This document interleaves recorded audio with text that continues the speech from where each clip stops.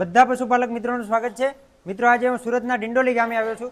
તમે અહીંયા જોઈ શકો છો બહુ મોટું ડેરી ફાર્મ છે, લગભગ 200 જેટલી ગાયો ભેંસો છે। તો આપણે તબેલાના માલિકથી મળીશું અને જાણીશું કે હાલમાં 200 ભેંસોમાંથી કેટલી ભેંસો દોવા આપે છે, એક ટાઈમનું દૂધ ઉત્પાદન કેટલું થાય છે અને દૂધ ક્યાં વેચવામાં આવે છે, શું ભાવે જાય છે, એમાંથી કેટલી આવક વધે છે અને કેટલો ખર્ચો થાય છે, અને આ 200 પશુઓને ખાણદાણમાં અને ચારામાં શું આપવામાં આવે છે, કઈ રીતે ડેરી ફાર્મને મેનેજમેન્ટ કરવામાં આવે છે, કેટલા લોકો કામ કરે છે, સાફ સફાઈ માટે શું ધ્યાન રાખવામાં આવે છે, ગરમીમાં પશુઓને કઈ રીતે મેનેજ કરવામાં આવે છે, બધી A to Z જાણકારી મેળવીશું। તો વિડીયોને લાઇક કરજો, શેર કરજો, અમારી ચેનલને સબસ્ક્રાઇબ કરજો અને વિડીયોને છેલ્લે સુધી જોજો। તો મિત્રો આ ડેરી ફાર્મના માલિક છે, શું નામ આપણું? સંજયભાઈ પીરાભાઈ રબારી। સંજયભાઈ, તમે ક્યાંના વતની છો? અમે ઉત્તર ગુજરાતના આયતા, એટલે મહેસાણા પાસે। મહેસાણા। તમે અહીંયા કેટલા ટાઈમથી આવ્યા અહીંયા સુરત ડિંડોલીમાં? અમે સુરતમાં આવ્યા લગભગ 2001 થી। 2001 થી? ત્યારે સ્ટાર્ટિંગમાં તમે અહીંયા પશુપાલન માટે આવ્યા હતા કે બીજા કોઈ ધંધા માટે? પશુપાલન માટે। પશુપાલન માટે। ત્યારે કેટલી ભેંસો હતી તમારી પાસે? ત્યારે આપણી પાસે 10 ભેંસ હતી। ત્યારે સ્ટાર્ટિંગમાં 10 ભેંસ હતી। કઈ નસલની હતી? બંની નસલ। બંની નસલની, 10 એ 10। 10 એ 10। હાલમાં તમારી પાસે કેટલી ભેંસો ટોટલ? આપણી પાસે મારી ને મારા કાકાની થઈને 200 ભેંસ છે। તમારી ને તમારા કાકા બંનેની થઈને ટોટલ 200 ભેંસો? બરાબર। કઈ કઈ નસલની? મહેસાણા, ભાભર, મહેસાણાની, ભાભર જંગલની, સુઈગામ જંગલની અને જંગલની, બરાબર, રાજસ્થાન જંગલની। બરાબર। એમાંથી તમને બેસ્ટ નસલ કઈ લાગી? અમને બેસ્ટ નસલ બંની લાગી। બંની નસલ, બરાબર। એ કેટલા દૂધવાળી ભેંસો છે બધી આમ ટોટલ? 7 litre, 8 litre, 9 litre. એક ટાઈમનું 7 લીટર, 8 લીટર, 9 લીટર આપવા વાળી ભેંસો છે। એમ ટોટલ એવરેજ કેટલું બેસતું હશે બધી ભેંસોનું, બાકડીને ને વિયાયેલી? તાજીનું બે રોજનું 5-5 લીટરનો ટાઈમનું, બધી ભેંસોનું એવરેજ 5-5 લીટર બે? 5-5 લીટરનું। એટલે હાલમાં આખા દિવસનું કેટલું દૂધ થતું હશે બધી? આખા દિવસનું મારું માં કાકાનું થઈને 1600 લીટર દૂધ થાય। આખા દિવસનું 1600 લીટર? 1600 લીટર। એટલે કે એક ટાઈમનું 800 લીટર દૂધ થાય 200 ભેંસનું? 800 લીટર। અને આખા દિવસનું 1600 લીટર? તે તમે દૂધ ક્યાં આપો છો બધું?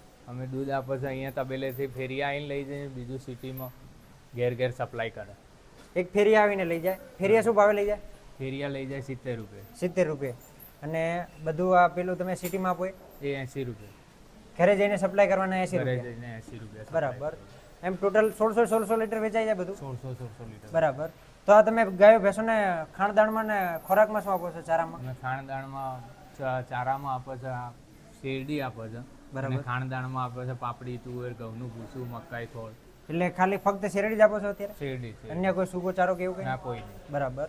અને ખાણદાણમાં પાપડી, તુવેર, મકાઈ ખોળ, ઘઉંનું ભૂસું। બરાબર। તો આ બધું ખવડાવવા પાછળ ખર્ચો કેટલો થતો હશે ટોટલ? ખવડાવવા પાછળ ખર્ચો 60-70 હજારનો રોજનો થાય। રોજનો 60-70 હજાર? 200 ભેંસનો? 200 ભેંસ। બરાબર। તો આમ દૂધ જે તમે વેચો છો એનો ટોટલ કેટલા રૂપિયાનો થતો છે? 1,10,000, 1,20,000 નું દૂધ। 1,10,20,000 રૂપિયાનો થાય અને એમાંથી 60-70 હજાર રૂપિયા ખર્ચો થઈ જાય? 60-70 એટલે લગભગ 40-50 હજાર જેટલી બચત થાય તમને? 50,000 જેટલી બચત થાય એક દિવસની? એક દિવસ। એમાંથી આ જે તમારે માણસો રાખેલા છે એનો ખર્ચો અલગ કાઢવાનો? માણસો રાખેલા છે એનો અલગ ખર્ચો થાય, એનો 2 લાખ જેવો પગાર થાય દર મહિને? દર મહિને? હા, દર મહિને। બરાબર। એટલે કેટલા માણસો રાખેલા છે આમ ટોટલ? 20 માણસો। 20? 10 મારા, 10 માં કાકાના। બરાબર। બંને તબેલામાં 10-10 માણસો છે? 10 માણસો। બરાબર। તે આ બધું કામ બધા લોકો એ જ કરે? હા, એ જ કરે બધું। તમારે ખાલી મેનેજ કરવાનું? મેનેજમેન્ટ કરે। તો તમારી પાસે આ જે 200 ભેંસો છે એ બધી ગાભણ કઈ રીતે કરાવો? ગાભણ બુલથી કરાવો। ભૂલથી કરાવો? એમાં કોઈ બાકડી કોઈ વેચો કે બધી ગાભણ કરીને ગામ મોકલી દે? ટોટલે ટોટલ? અને આનો પાડીઓનો ઉછેર કરો? પાડિયાનો ઉછેર કરો, પાડીઓ ગામ મોકલી દે? ગામ મોકલી દો। હાલ કેટલી પાડીઓ છે ત્યાં ગામમાં? લગભગ 50 આજુબાજુ પાડીઓ ગામ। અને ભેંસો લગભગ 100 આજુબાજુ ગામ। ત્યાં 100 જેવી ગાભણ ભેંસો છે? હા, ગાભણ ભેંસો। એટલે તો ટોટલ 300 ભેંસ થઈ ને? ટોટલ 300 ભેંસ છે। બરાબર। અને આ તમારી પાસે જે બધી ભેંસો છે એમને ગરમીમાં કઈ રીતે મેનેજ કરો? ગરમીમાં પંખા, દિવસમાં 3-4 વાર તબેલો ધોવાય। દિવસમાં 3-4 વખત ભેંસોને નવરામાં આવે છે ને તબેલો ધોવાય? બરાબર। તો તમારી પાસે 200 ભેંસો છે તો તમારે આગળ વધારવી છે કે ના? એટલે આપણે 200 ભેંસ જ રાખી। 200 ભેંસ જ રાખી છે। અને કઈ નસલની રાખી છે? આપણે બંની નસલની જ રાખી છે। વધારે બંની નસલની રાખી? બંની નસલની ભેંસ વધારે ટાઈમ દૂધ આપે। વધારે ટાઈમ દૂધ આપે? અને પેલી મહેસાણી ને અન્ય મહેસાણી ઓછો ટાઈમ દૂધ આપે। બરાબર।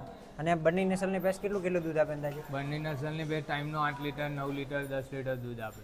10 લીટર દૂધ? હા। તમારા ડેરી ફાર્મમાં સૌથી હાઈએસ્ટ દૂધવાળી કેટલી હશે ભેંસ? સૌથી હાઈએસ્ટ 10 લીટર વાળી ટાઈમની દૂધવાળી ભેંસ હાલમાં હાજર છે। એક ટાઈમનો 10 લીટર દૂધ આપવાવાળી ભેંસ પણ છે? એટલે આખા દિવસનું 20 લીટર? 20 લીટર। અને તમે આ ભેંસો લાવો છો એ બધી શું કિંમતમાં લાવો છો? આપણે લગભગ લાખ આજુબાજુ, 1,10,000, 90,000, 1,20,000 આજુબાજુ। બરાબર। તો મિત્રો સંજયભાઈ આપણને એક આ ભેંસ બતાવે છે, આની શું ખાસિયત છે? આની ખાસિયત છે આ ટાઈમનું 10 લીટર દૂધ આપે છે. એક ટાઈમનું 10 લીટર દૂધ આપે. 10 લીટર. આ કઈ નસલની? આ બંને નસલની ભેંસ છે. બંની નસલની. તમે ક્યાંથી લાવ્યા ભેંસ? અમે સુઈગામથી લાવ્યા ભેંસ. સુઈગામથી લાવી હતી. અત્યારે કેટલો ટાઈમ થયો આને વિયાને? આને વિયાણ 3 મહિના થઈ ગયા. 3 મહિના થઈ ગયા. હાલમાં કેટલું દૂધ છે? હાલમાં 9 લીટર ટાઈમનું હાજર છે દૂધ. હાલમાં 9 લીટર હાજર છે. આમ પીક ઉપર આવે ત્યારે કમ્પ્લીટ 10 લીટર દૂધ આપે. 10-11 લીટર દૂધ આપે. બરાબર. તો મિત્રો તમે જોઈ શકો છો આ ભેંસ તો હાલ વિયાય ત્યાં પાકડી છે, સુધી દૂધ આપે. 3 મહિનાની વિયાયેલી છે. ઓરિજિનલ બંની નસલની ભેંસ છે અને ભૂરી છે, તમે જોઈ શકો છો. એની તમે ઊંચાઈ, લંબાઈ, વજન જોઈ શકો છો. આ વિયાય ત્યારે 10-10 લીટર દૂધ આપે છે. અને ભાઈનું કેવું એવું છે કે એ ગાભણ થયા પછી બીજી વખત બીજા વેતરમાં વિયાય ત્યાં સુધી એટલા લાંબા સમય સુધી દૂધ આપે છે. લાંબા સમય સુધી દૂધ આપે અને આપણે જાતે જ છોડવી પડે છે. એને આપણે જાતે છોડવી પડે. જાતે છોડવી પડે. બરાબર. આ એની ખાસિયત છે. સૌથી મોટી ખાસિયત આ છે. આ ખાસિયત છે. તો મિત્રો તમે જોઈ શકો છો બહુ લાંબા ટાઈમ સુધી દૂધ આપે છે. અને તમે જે છોડો એ ટાઈમ સુધી કેટલું કેટલું દૂધ આવે છે? 4 લીટર ટાઈમનું દૂધ ત્યારે પણ 3 લીટર દૂધ આવે. બરાબર. તો મિત્રો તમે જોઈ શકો છો બહુ લાજવાબ ભેંસ છે અને ઓરિજિનલ બંની નસલની ભેંસ છે. તો ગરમીમાં પણ આ બધી ભેંસોનું એટલું દૂધ થાય છે? ના, ગરમીમાં ઓછું થાય છે. ગરમીમાં ઓછું થાય છે. ગરમીમાં ઓછું થાય ઠંડી નકર season હોય ત્યારે? ઠંડી સીઝન હોય તો ટાઈમનું 1000-1100 આજુબાજુ પહોંચી જાય. તો ટોટલ આ જેટલી 200 ભેંસ છે એનું 1000 લીટર આસપાસ દૂધ થઈ જાય. આસપાસ પહોંચી જાય. બરાબર. અને ગરમીમાં ઓછું થાય એનું કારણ? ગરમીમાં ઓછું થાય કે આ બફારો એના લીધે. અહીંયા બફારાવાળી સોડી જગ્યા છે એકદમ. હા, સાંકળી જગ્યા છે. જગ્યા ઓછી છે એના લીધે. તો તમારે હવે તબેલો અહીંયા જ રાખવો છે કે ના, આપણે તબેલો બહાર લઈ જવાની ઈચ્છા છે. બહાર? એટલે ક્યાં? નવસારી બાજુ. નવસારી બાજુ. અને તબેલો આ ટાઈપનો જ બનાવો છે કે કઈ ટાઈપનો ના, બનાવો છે તબેલો તમારે? ખુલ્લા ટાઈપ પતરાનો ખુલ્લા ટાઈપનો તબેલો બનાવો છે. એનું કારણ તમારે ખુલ્લા ટાઈપનો બનાવવો છે તબેલાનો? શું કારણ? એનું કારણ કે આ ભેંસને બેસતા ફાવે, ઉઠતા ફાવે, બરાબર. ગરમી ઓછી લાગે. ગરમી ઓછી લાગે. અને આવો પેક તબેલો એમાં પશુઓને ગરમી વધારે લાગે. પશુઓને ગરમી વધારે લાગે એટલે પશુ તબેલામાં છે ને કાળા નહીં રહેતા, લાલ પડી જાય. આ તમે જોઈ શકો છો પશુ થોડા થોડા એમ ગરમીના હિસાબે થોડા લાલ થઈ જાય છે. અને જો ખુલ્લું હવામાન હોય ને તો પશુ એક તો કાળા રહે અને એની ગરમી health પણ ના સારી લગાડે, હેલ્થ સારી રહે. એવા બધા ફાયદા થાય છે. જે પશુપાલનમાં મુખ્ય બાબતો એ ધ્યાન રાખવા જેવી છે એ ધ્યાન રાખવા કે આપણે શેડ વ્યવસ્થિત બનાવવો પડે પહેલેથી પ્લાનિંગ કરીને. વ્યવસ્થિત બનાવવું પડે. આમ તમે નવા પશુપાલકો જે આ પશુપાલનની લાઈનમાં આવવા માંગે છે એમને તમે શું સલાહ આપશો? એમનું નવા પશુપાલકનું મેનેજમેન્ટ રાખો તો પશુપાલકમાં કોઈ નુકસાન નથી. બરાબર. પણ ચાર દાણાનું, બરાબર. ભેંસનું બધું મેનેજમેન્ટ રાખવું પડે, બ્રીડિંગ સારું કરવું પડે, Breeding સારું ભેંસ ટાઈમે ગાભણ થવી પડે. બરાબર. એટલે પછી 3-4 મહિના થાય તો ભેંસ ગાભણ થઈ જાય તો કોઈને આમ પછી પશુપાલન ચાલુ કરવું હોય તો એ કેટલી ભેંસોથી ચાલુ કરી શકે? પશુપાલન ચાલુ કરવું હોય તો એને 10 ભેંસોથી ચાલુ કરી નાખો. 10 ભેંસોથી કરી નખાય. અને આમ બેસ્ટ કઈ નસલ લેવી જોઈએ એમને પશુપાલન બેસ્ટ માટે? નસલ, બની નસલ બેસ્ટ લેવી જોઈએ છે. 10 મહિના 12 મહિના દૂધ દોવા દે. બરાબર. એ લાંબો સમય દુઆ આપે ને દૂધ વધારે આપે, દૂધ વધારે આપે, લાંબો સમય દોવા દે, નફો પણ વધારે થાય. નફો વધારે થાય. 3-4 મહિના થાય ભેંસ ગાભણ થઈ જાય, પાછા 3-4 મહિના દૂધ આપે તો 1-2 મહિના જ ભેંસને છોડવી પડે. બરાબર. પાછી એ ભેંસ વિયાઈ જાય. તો મિત્રો તમે જોઈ શકો છો આ બધી બાબતો પશુપાલનમાં ખૂબ ધ્યાન રાખવા જેવી છે.